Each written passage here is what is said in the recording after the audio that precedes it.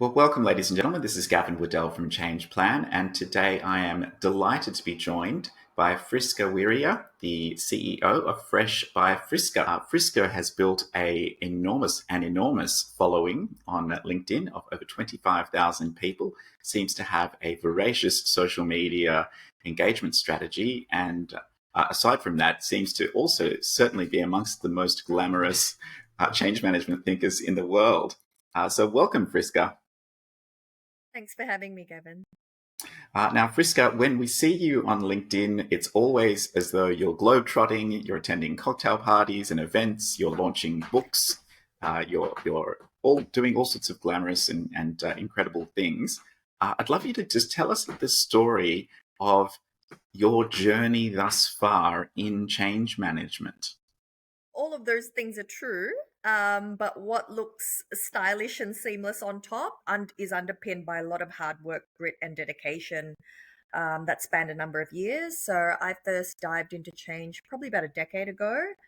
And during that time, I've worked for the biggest names in mining, engineering, and tech. I cut my teeth in general management consulting. That's where I started after I did my MBA. I was in Los Angeles at the time. I came back to Australia, and it was only then change management started to be recognized as a discipline. And as luck would have it, I was really bored in management consulting. It just seemed like every project was the same. And change intrigued me because every day is different, every client's different, every culture, and hence every change. And so what works for company A is not going to work for company B. And that really feeds into my kind of analytical ability. So it played to all my strengths. And I wanted to try my hand at it because I thought I'd be really good at it because it played to all my strengths. I took a 40% pay cut and I started from nothing. I started as a change analyst, didn't have any qualifications. I think a year or two later, I did all the other accreditations, your ProSci, your PCI, Cotter. And ever since then, it's been learning from other disciplines that inform my change management practice. So since then, I've led changes of all shapes and sizes and all sorts of types. So restructures, mergers and acquisitions, digital transformations, culture change, and it's brought me all around the world. So it's been quite a ride. Were you in-house as a management consultant in those different verticals that you were talking about, and then switched to also being in-house, or did you switch to working as a consultant as you switched into change? I was as a consultant first, so I first cut my teeth at Fujitsu, so really one of the founding members of their digital consulting team. I hated it. I hated it, and really didn't believe in the you know lifetime career anymore, and I switched to contracting. After I switched to contracting, I never looked back, and after contracting, that's when I birthed Fresh by Friska. So November 2019, I decided I wanted to try creating something out of nothing because I didn't want to look back when I was 60 and wonder, you know what? What if I took a path less traveled? Amazing. So the focus of today's conversation is to really think about building influence. And the reason we reached out to you is just because you seem to have an enormous presence and an enormous influence. I'm really eager to understand your perception of the role of personal branding, which you seem to do exceptionally well in Mm. managing change. And maybe that will involve sharing a little bit of the story about how you built your brand when you launched Fresh by Friska.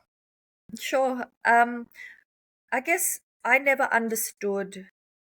I was naive. I didn't realize the importance of cultivating a brand for yourself. I was very good at it when I was in house or when I was contracting because I knew as a change management professional, you usually don't have a carrot and you don't have a stick. You're trying to influence people a lot more senior, a lot more experienced than you are to be open to doing things a different way. And so you had to have the credibility, you had to have a good relationship, you had to make bang a really good first impression as soon as you walked into that room. And so all I did was liken my own business to that of a change management project.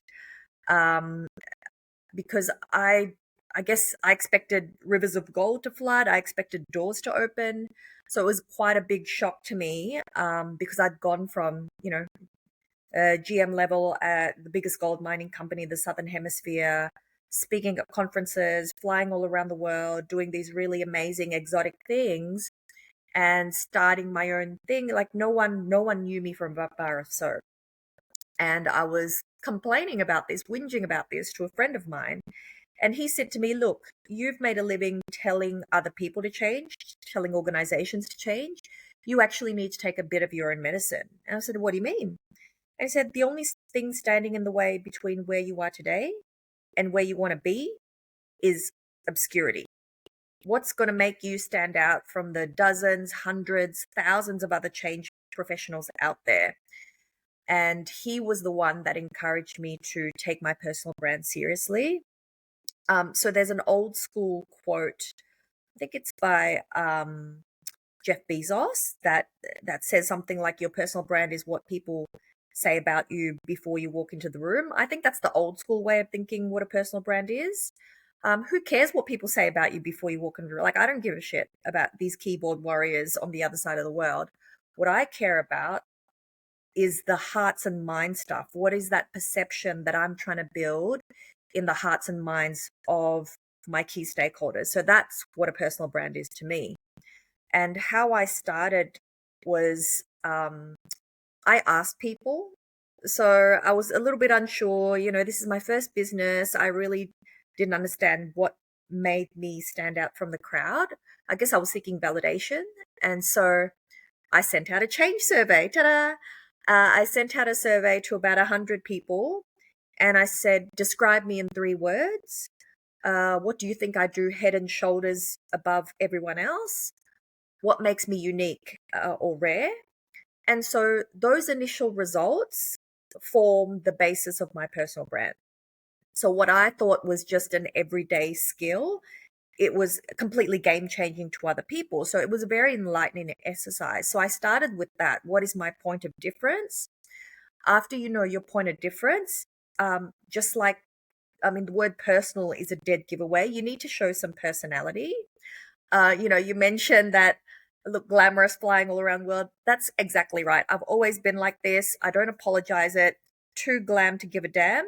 So you need to let some of your personality shine through your personal brand. It's not just about what you do for a living. It's about why you do it and what you do it and who you do it with. So I always infuse that into whatever content and thought leadership that I create. And I guess the third important note to highlight is that the people with the best personal brands, it's when they are completely congruent. Like, what you see online is exactly what you get offline. And they've got a trademark. The trademark could be a slogan. The trademark could be a color. The trademark could be the way they speak, And so when I think of really powerful personal brands, I think of Gary Vaynerchuk. I think of Brene Brown.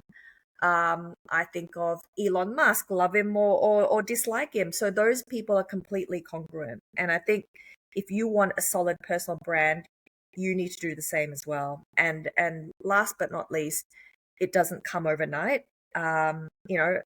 My brand is strong because I've been building it, because I've been feeding it for the past 3 odd years. And how you feed it is everything comes back to you. So it's not just the things you write, it's the people you partner with, it's the associations you support, it's how you handle yourself in a difficult situation. So all of these things influence and are a part of your personal brand. Thanks very much for that. It seems quite brave that you surveyed those people around you asking about those 3 attributes. Is that something that you would recommend to change managers who are either working in-house or working as contractors? 100%. And try to get a cross section of people. So I didn't just send it to 100 of my besties. I sent it to people that didn't know me very well because I was interested in how I was being perceived in the world. I sent it to people that know me on a very deep personal level and people that have only known me in the office. So I think if, just like when you do a change impact assessment, the more voices and perspectives you have in the room, the more well-rounded a picture you have of the impact. The same goes for a personal brand. Mm. So what were the questions? It was what three words would you use to describe me? And that was the only question you sent out? No, and then I asked, what do I do head and shoulders better than anyone you've ever met? Like, just knock it out of the park. And what about me do you think is unique or rare? Fantastic. I love it. You're allowing those people around you who've seen what you do to really help you to understand yourself, the things that you might have been unconsciously aware of or just not consciously aware of. I'm interested as a little bit of an introvert or an extroverted introvert. I'm wondering, and of course, I realize that whole paradigm is questionable. But I'm wondering for those of us that might be less willing to or less likely to sort of put ourselves out there in a big way, do you have any advice for those of us who prefer to sort of be a little bit less visible? I just think you're not doing yourself any favors by remaining invisible. Life's too short to play a small game. I mean, what's the worst that can happen? Like someone corrects your spelling or your grammar. I mean, who cares? Like some people have done that to me before. I just don't care, you know? I think the risk and the impacts of being invisible, the pain of that is greater than the pain that you may have of someone putting a negative comment on one of your posts. And I'm not saying you have to go all out singing and dancing in a video. Just start small. Start by leaving really articulate comments on someone's post that you really admire. You know, you don't have to go plunge into the deep end. And I did plunge into the deep end, by the way. I started doing videos. That's how I grew my following really fast, really big on LinkedIn, because back then no one really was doing any videos, and especially about change management. And also, we were all in lockdown, so people were very bored. Everybody was at home, everybody was online, so there were a lot of eyeballs. So I think do what feels comfortable to you, but just know on the other side of that discomfort is your growth. So always like try to level up. You know, maybe month one you just do comments, then month two you start doing polls, then month three you start doing articles. So just ease your way up. It's just like when we first learned how to ride a bike, right? We didn't go downhill on two wheels. We had our training wheels on. We did it bit by bit. We practiced to get our balance. Same goes for a personal brand. Anything you do the first time will be crap. So don't beat yourself up over it. You want to get better, keep doing it and doing it more often. So it sounds like LinkedIn really is the sort of primary place that we build our professional branding. I guess stepping away from LinkedIn or that kind of social media within an organization, let's say we're working in house, what do you think are the biggest ways that change managers can build their influence and also, I guess, their credibility from senior leadership in particular?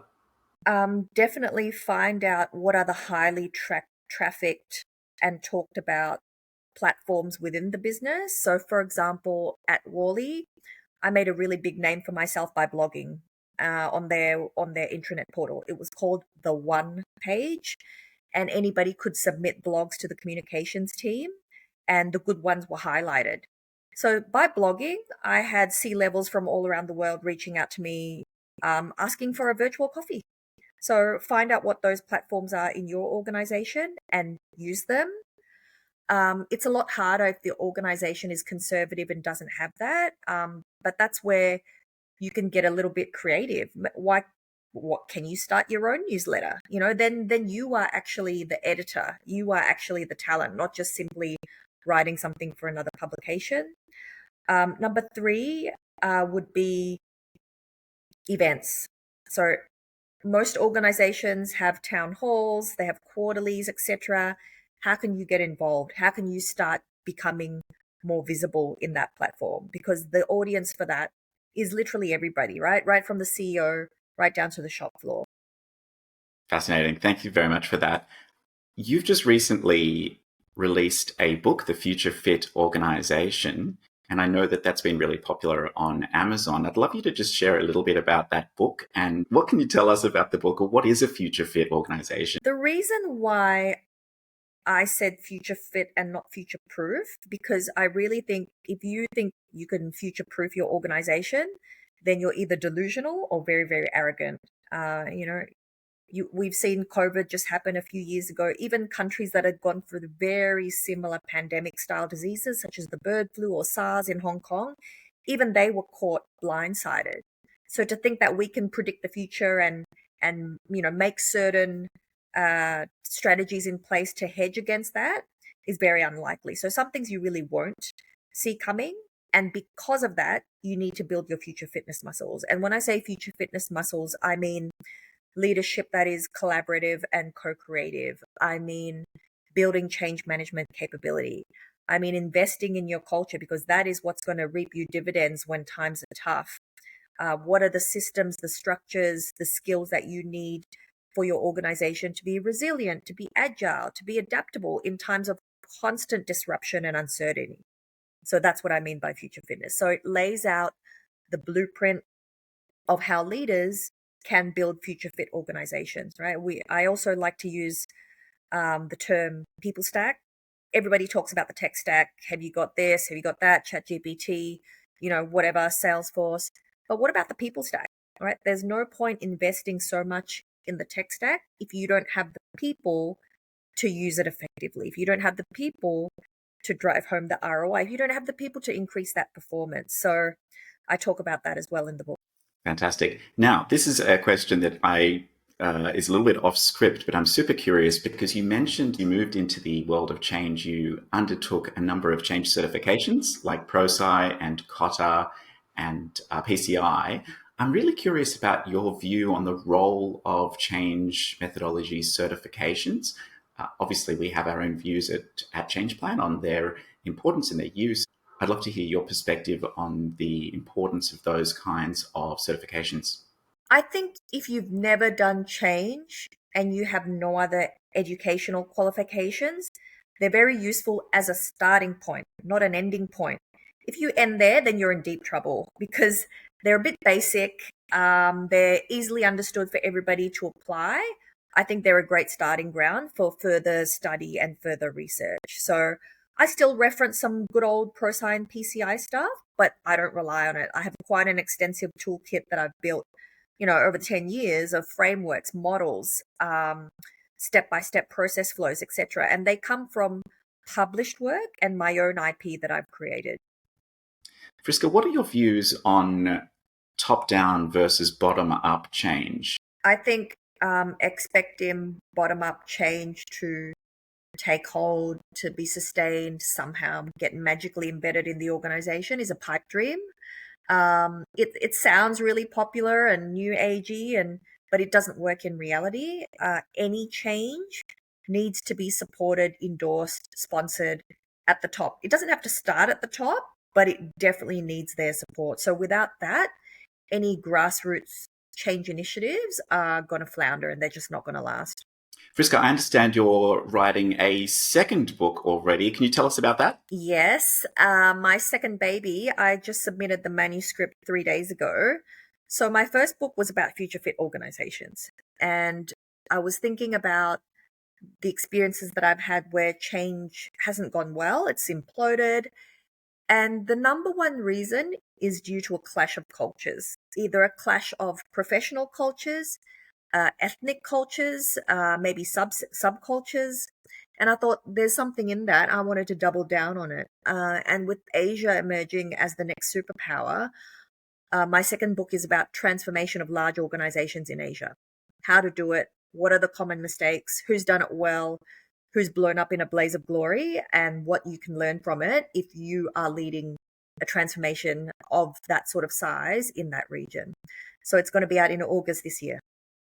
Fabulous. Well, we'll be watching out for that one. Thanks so much for joining us today. Real pleasure to be with you, and you're a great friend and ally of Change Plan, so we really appreciate you. Where can people find out a little bit more about you and your work and your book? So I'm most active on LinkedIn. As you'd know, it's linkedin.com/in/Friska. My website is Fresh by Friska, and my Instagram handle is the same. Fantastic. Well, thank you so much for joining us at Change Plan today. You're welcome. Thanks for having me.